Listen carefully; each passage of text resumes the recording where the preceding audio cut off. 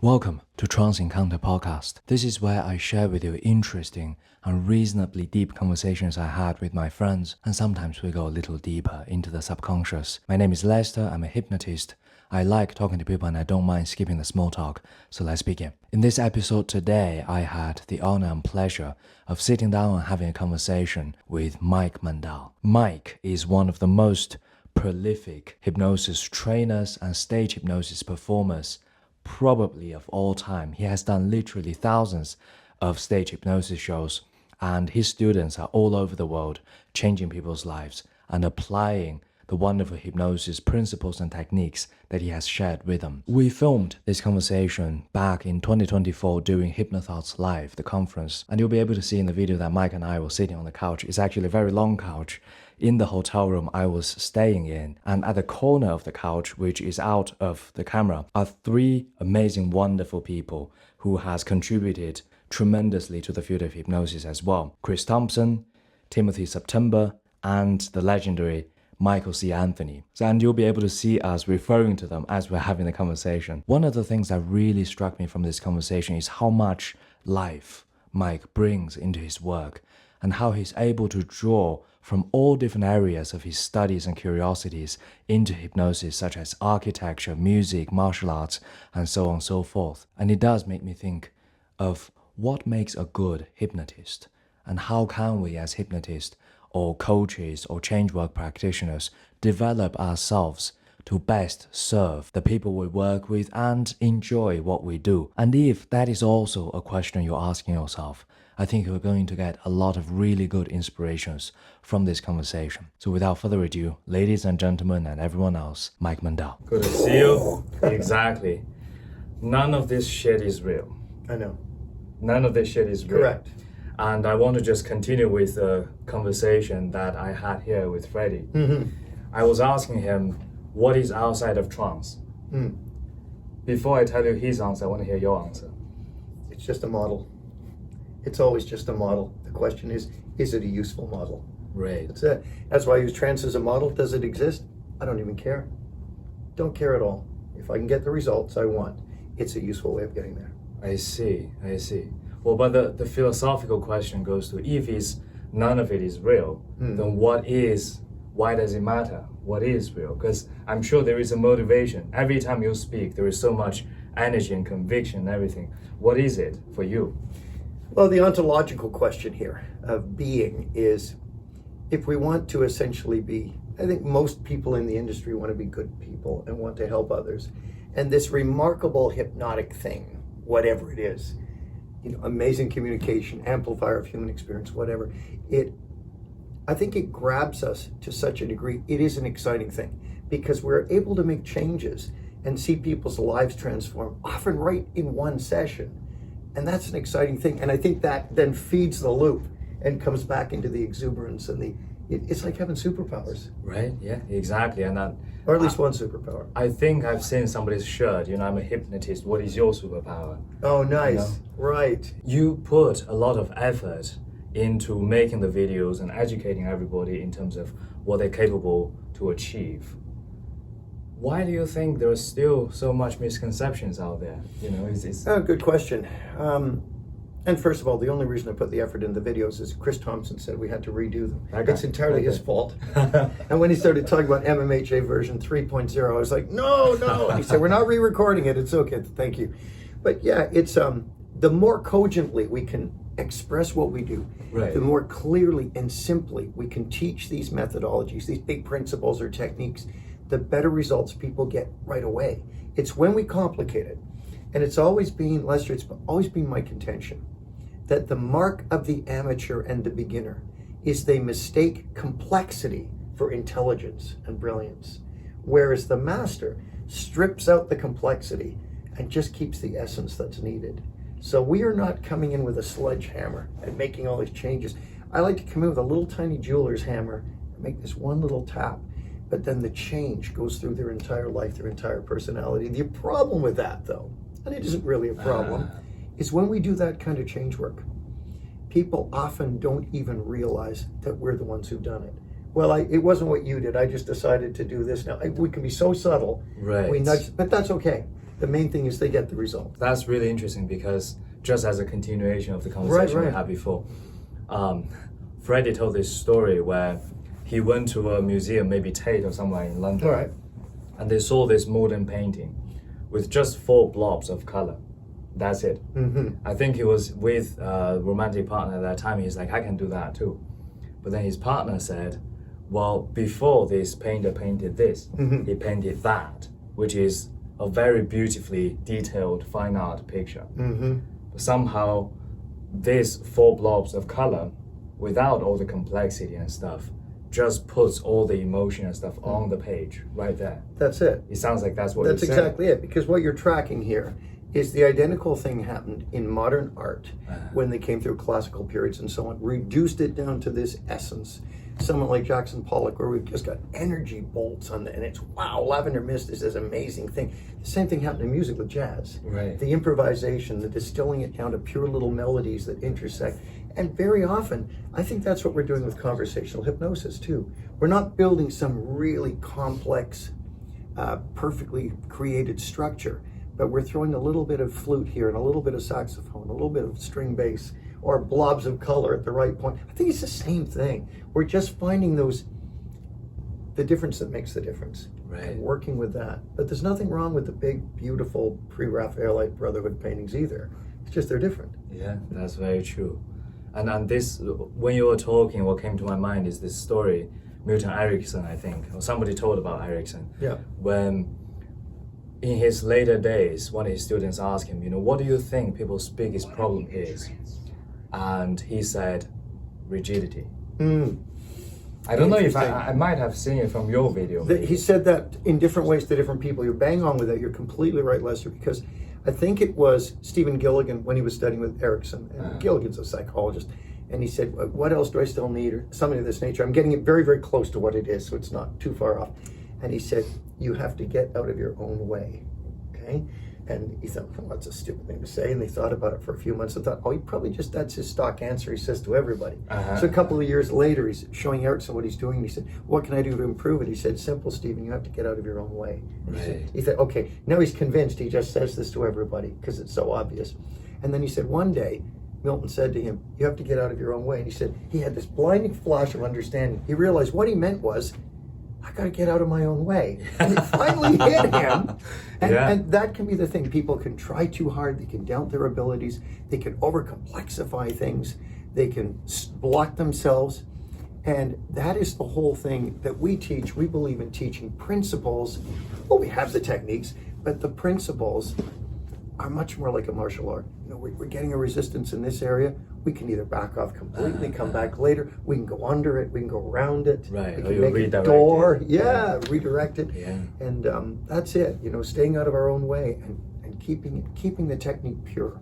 The purer our technique, the clearer our intention behind it, the better results we can get. I just worked with a woman before I came up here, one of our students, and I chose to use Richard Hill's mirroring hands. And the reason why was she gave me the answer as I'm asking her about her problem. She's got both hands in front of her like this as she's talking to. Yeah. So she's given me the inroad right away. So as you look at those hands and examine them, and that's it. The clients are, if we are attentive to their response, Lester, we will discover they're telling us, or showing us maybe, the key to fixing their problem if we just pay attention. Yeah, and that's how that technique came up too. Yes, very much so with pattern. Rossi but if you think about it, like people, it's easier to let the client do all the work, but it's tempting for the hypnotist to attempt to do all the work. We can't do it. We can't do anything without their cooperation. Exactly. Melissa's way of saying it is like you're stepping all over their trance and you don't want to do that. Yeah, that's right. Yeah, tap dancing on their trance. Yeah, one of the things we said earlier is the student of Erickson heard the same thing again and again. Suddenly one of those times hit him. Yeah. I'm sure over your life, not just hypnosis, there were a lot of those moments. I guess so. It's I'm gonna do an internal search now. Take your time. Take your time. We have enough space and battery. That's it. It's What was one of those moments? it's a funny thing thinking back. My parents, we went back to England on vacation when I was 7, so 1960.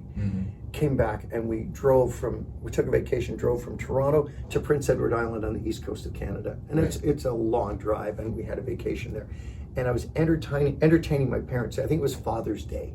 And I bought my dad this little pen knife, and I was doing like magic tricks for him and stuff, and impressions of other people. And my parents said to me, "One day, son, you're going to wind up on stage."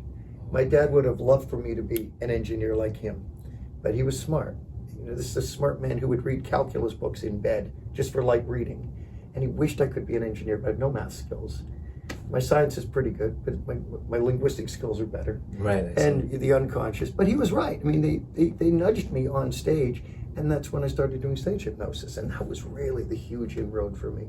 I guess I started to realize they're serious. You got the high also, That's I suppose. When you stand on stage, it's like everything's the endorphins, happening. yes, everything's happening. Yeah. And he said to me once, my mother had passed away in 1977, and my dad had given me this lead up for years. He said, "You know what?" He said, "We're from England, right?" He said, "You know what, son?" He said, "I don't care what you want to do in life." He said, "If you want to pick up garbage, you can. If you're happy, I'm happy for you." That was it. And my dad let go of the controls. And so I became a high school dropout who then went to a hippie-free school for a year where you design your own whatever you want to learn and just no exams, nothing. Now you're sitting on Gave the myself couch a class. with... And then sitting here doing hypnosis and talking, and yeah, it's a remarkable field. And when we chase the breadcrumbs back, we can see how we got where we are, but we can never see them forward where we're going with it. Not very clearly, anyway. It's part of the fun. It is. It's entirely the fun.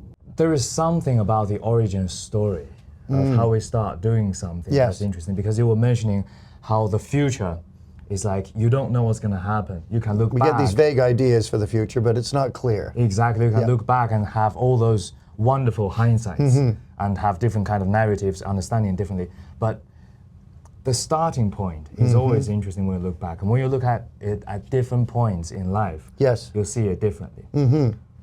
When you look at the starting point today, right now, what do you see? Looking back? Looking back. I see two key points in my life that led to hypnosis. So I was watching way too much TV. My dad said, "If you want any book you want, you can have." So he took me to a bookstore in Toronto, and the first book I saw was The Key to Hypnotism, Walter Gibson, and I was like, "Oh, this is great." You know, I figured I was going to develop a plan to gradually assume control of the planet, which I've been working on ever since with my colleagues here. Very ambitious kid. Very ambitious kid. Well, I went next door. My friend Wayne Gibbs, they lived at McLean's Animal Hospital. They lived above the animal hospital. Their father was a vet tech. And I attempted to hypnotize the two boys, Max, who was about 8, and Wayne, who was about 10. I was 13, 12 maybe. 12. And so Max, it was a big joke. He was a little kid, but Wayne went into a profound trance. He had a cataleptic limb. I didn't even know what it was. And I took a long hat pin and I pushed it right through the pad of his middle finger, and he watched me do it, this little kid. And it's there right through and bleeding, and he's just completely impassive looking at this. And I thought, okay, hypnosis is cool. Okay, that's brilliant and horrible at the same time. Brilliant and horrible, yeah.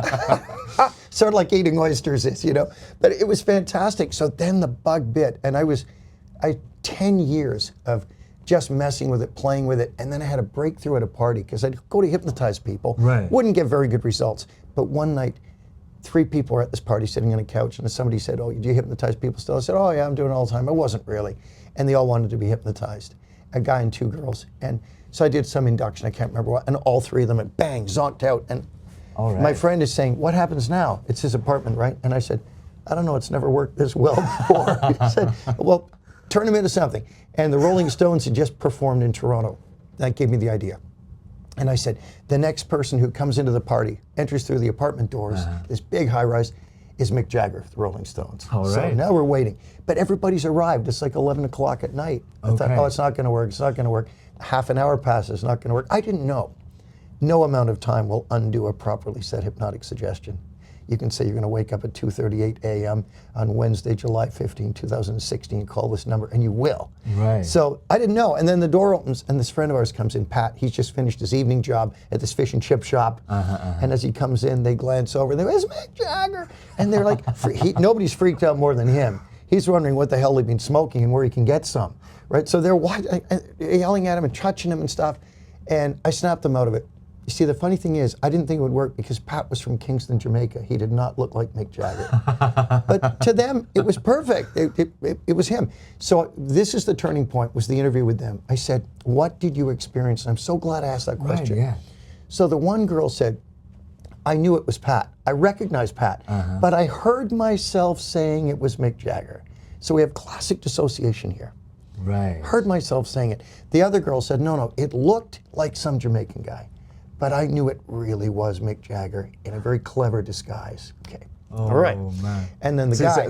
They're making sense of the experience. All making sense of the experience, because a proper post-hypnotic command, you'll have amnesia for the cause. It will be something you cannot stop. It will have this compelling element to it, and they will rationalize why they're doing it instantly. Right. But the last one, the guy, he was the best. He said, I don't know what these two are talking about. I saw Mick Jagger, I met him, I talked to him, and he was just adamant. And that was when I realized there is no right or wrong response. There's a variety of potential responses to hypnosis, and that really caught fire. And shortly after that, I guess it was 2 years after that, maybe a little more, then I did my first show.